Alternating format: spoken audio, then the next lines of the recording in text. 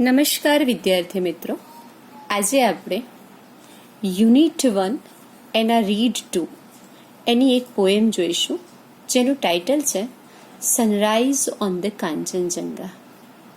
તો સૌથી પહેલાં જાણીએ કે આ કાંચનજંગા શું છે.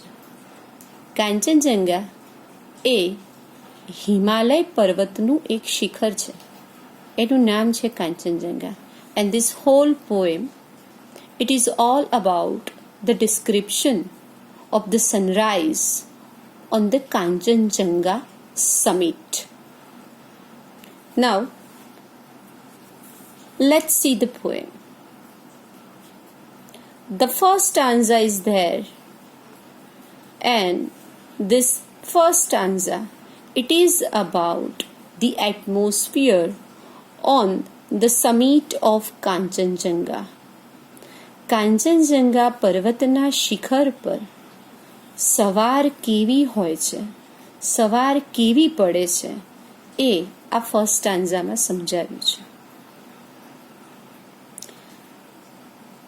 The vapors rise to the morning skies, clad in a purple glory, while the love light glows on the eternal snows upon the summits hoary, and the Himalayas queen, calm and serene, returns the heavens greeting in robes of white, bathed in golden light, where earth and sky are meeting. તો હવે આપણે આ first આન્સરને સમજીએ. રાતના જુદા જુદા પહોર હોય છે, and in the night the sky changes it colour. રાતના એક પહોરમાં આકાશનો રંગ એ થોડોક ભૂરો હોય, પછી ધીરે ધીરે કાળો થાય. સવાર પડતા 4 વાગ્યાની આસપાસ એ કલર છે એ થોડોક જાંબુડિયો થાય, પર્પલ રંગનો થાય, અને ધીરે ધીરે આકાશ છે it becomes blue and then white. તો અહીંયા જે એક પરોઢ જે ઉષા જે છે, વહેલી સવાર છે, એનું ડિસ્ક્રિપ્શન આપેલું છે. The description of early morning, the Don, DAWN. The early morning, it is given in this first stanza. The vapors rise. First understand the meaning of vapor. It is given in the glossary. The moisture particles. Moisture એટલે ભેજ. ભેજ છે એ ઉઠે છે. પાઠ છે એનું સીધે સીધું ભાષાંતર થઈ શકે, પણ પોએમનું ક્યારે સીધે સીધું ભાષાંતર ના થાય. તમારે એને શબ્દે શબ્દ મેળવીને, ગોઠવીને એને સમજવી પડે. It is very difficult to understand a poem. So the vapour rise to the morning skies. સવારના આકાશમાં ભેજ, ધુમ્મસ એ ઉઠે છે. વેપોર્સ દેટ મીન્સ ભેજ, ધુમ્મસ. The moisture. સવારના આકાશમાં ભેજ છે એ ઉઠે છે ચારે બાજુ. In the morning, in the early morning, the moist is there, the vapour is there in the sky. Clad in a purple glory. In the morning, the sky, the atmosphere, it is clad. Clad that means covered. Here it is also given in the glossary. The meaning of clad, covered, achadit. Purple, as I have told you, that in the early morning the color of the sky is purple. આ જાંબુડિયા રંગમાં આખું એ વાતાવરણ આચ્છાદિત થયેલું છે. આ કાંચનજંગા જે છે એ હિમાલયનું શિખર છે.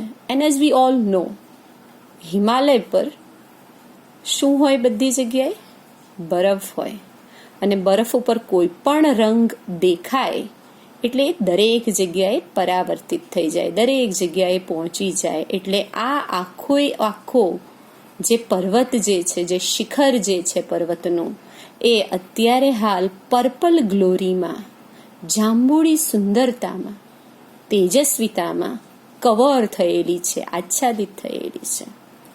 while the love light glows, પ્રેમનો પ્રકાશ દરેક જગ્યાએ ફેલાયેલો છે, તેજસ્વી થયેલો છે, ગ્લો થઈ રહ્યો છે.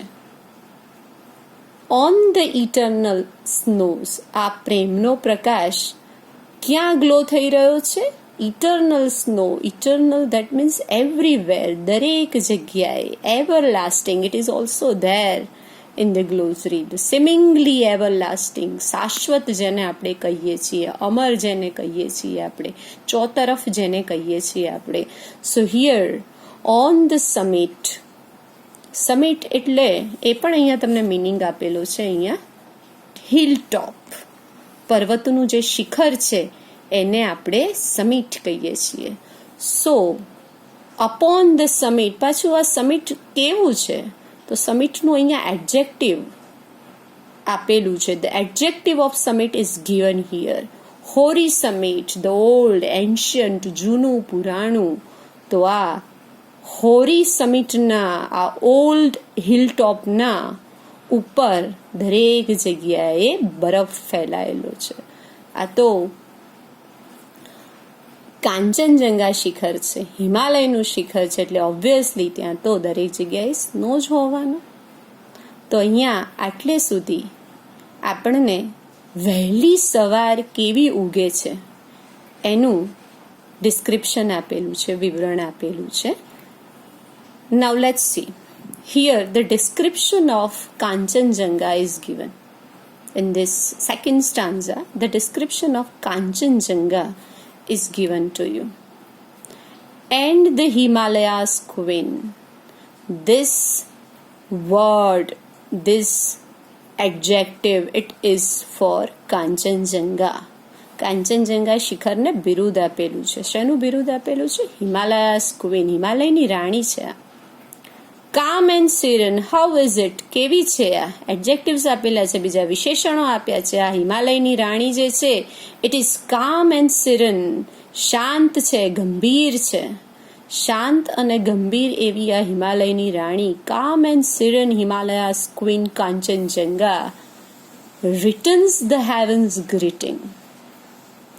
હેવન્સ ગ્રીટિંગ એને રિટર્ન કરી રહી છે. જે સ્વર્ગની શુભેચ્છાઓ આવી છે એને રિટર્ન કરી છે. આપણને કોઈ ગુડ મોર્નિંગ કહે તો આપણે એને સામે ગુડ મોર્નિંગ કહીએ છીએ. શુભેચ્છાઓ આપે તો આપણે પણ સામે એને વેલ વિશિસ આપીએ છીએ, સ્માઇલની સામે સ્માઇલ આપીએ છીએ. આ આપણી રીત છે કોઈ પણ શુભેચ્છાઓને પરત આપવાની. એવી જ રીતના કુદરતની પણ રીત છે શુભેચ્છાઓને પરત આપવાની. કેવી રીતે?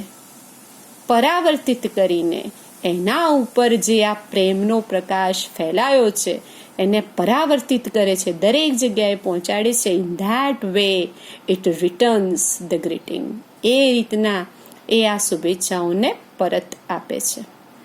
હવે આ હિમાલયની રાણી કેવી છે? The description is given in 2 lines. In robes of white, bathed in golden light. Robe, the meaning is given, ceremonial dress. કપડામાં સફેદ વસ્ત્ર ધારણ કરેલી. ઓબ્વિયસલી આ તો હિમાલયની રાણી છે એટલે એણે કયા રંગના કપડાં પહેરેલા છે? સફેદ રંગના. આ તો એક શિખર છે, આ તો એક હિલટોપ છે.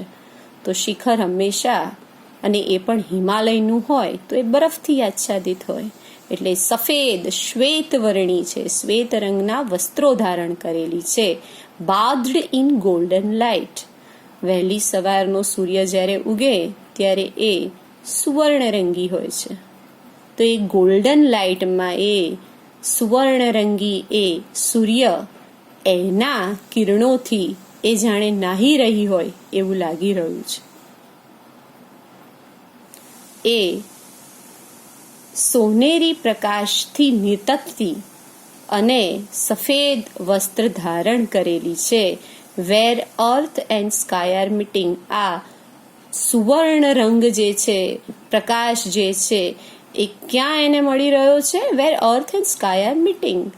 જે જગ્યાએ પૃથ્વી અને આકાશનું મિલન થાય છે, કે આ હિમાલયના પર્વતની ટોચ, એના ઉપરથી આ સુવર્ણ પ્રકાશ જે છે, સોનેરી પ્રકાશ છે, એ ચોતરફ ફેલાઈ રહ્યો છે. એમાં જાણે આ નાહી રહી હોય, એમાં જ્યાં નીતરી રહી હોય એવું વાતાવરણ લાગી રહ્યું છે.